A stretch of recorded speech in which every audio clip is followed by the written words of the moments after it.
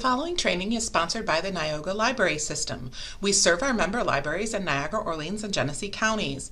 Please visit your local library homepage and use your library card to get access to streaming videos, downloadable music, audiobooks, ebooks, and even more from the comfort of your own home. Thank you. Hello, good to see everybody today. I have to tell you, this one is a weird video. I've been trying to think of how to say things or what to say, and it's turned into a great big spiraling mess in my head. So I'm gonna get it out. We're gonna get out the start of this and then go from there.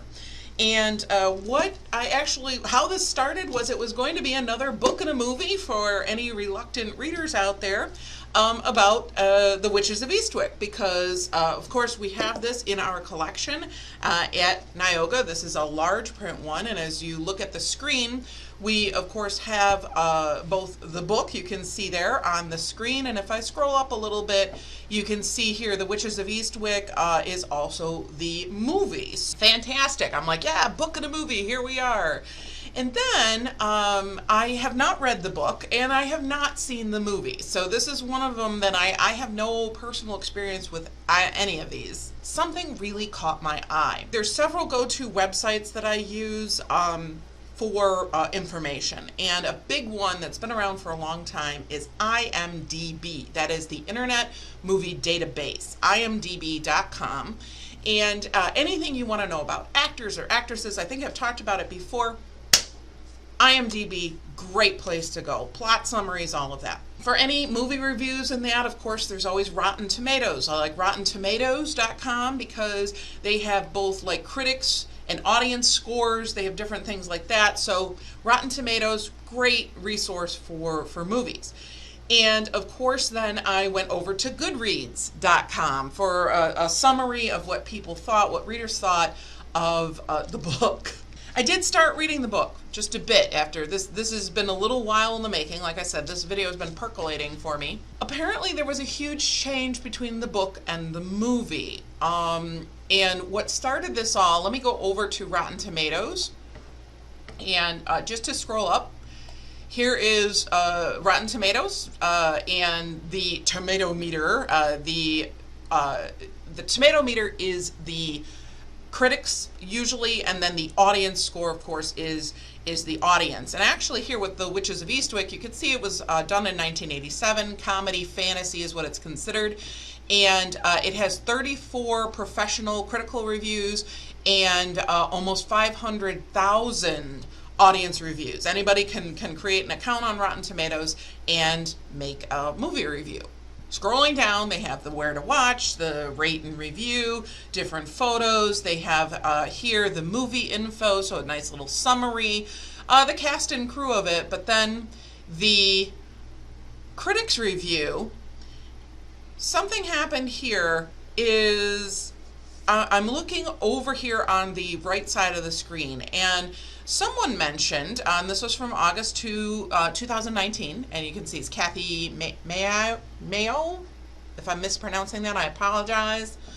Updike's long, deadly dull, misogynistic tract is transformed into an entertaining, generally misandrous film. The entire book went from being apparently anti-woman, misogynist, to misandrist, which was like anti-men, according to this review. My big questions becomes, who owns the stories? Who owns these characters?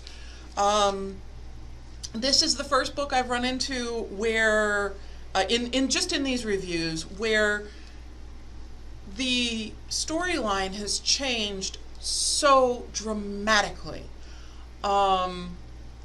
between the movie and the book. This is neither, it's certainly legal. I'm sure John Updike or his estate had, sold the rights to the book to create a movie, all of that stuff. None of that is a big deal. I'm not talking about any of that. What I am talking about is the characters, those who, as an avid reader, who owns those characters, the feelings that are invoked by those characters that are created. Where does that go?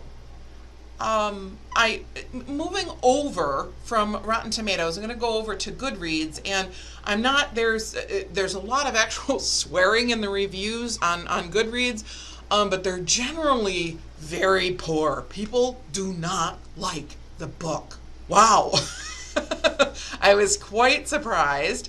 And of course, here it gives the summary of the book and where you can get it. Very nice, just kind of like the movies. But most of the reviews go like this, where this Ellen Amato rated the book, and this was back on November 10th of 2008. And Ellen says, "I'm surprised by all the reviews of this book that speak of Updike's ability to get and fully understand women, because that seemed to be the most blatantly lacking part of the novel." So she also agrees with the Rotten Tomatoes that this was basically kind of not really good. It was kind of misogynistic, and there are some. I'm not going to scroll down because there are swear words in the reviews on Goodreads here, but it's the funny one. Another funny one here, Joe Valdez. I will just kind of take a quick peek here. Okay. I don't see any bad words here, but he just says, "My introduction to the fiction of John Updike is The Witches of Eastwick, and based on 111 pages." So I went in and I read some of what he was talking about here. He says it's going to take Elizabeth Montgomery wiggling her nose, basically bewitched, for me to pick up one of the author's books again. Published in 1984, this literature is set in a quaint Rhode Island town described down to the flowers on the carpeting, where three bewitching women, described down to their facial features and dialects, become involved with a brutish bachelor named Daryl Van Horn. Some might even say he's the devil with 1,000 approaches to the story.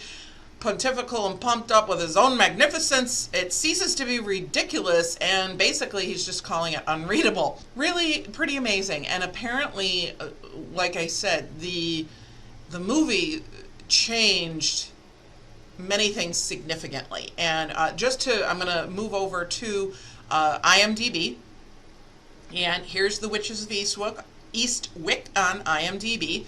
And I just want to mention, as far as their ratings, they're a little different from the tomato meter and the Rotten Tomatoes. I believe these ratings are considered like a group or an amalgamation of different ratings.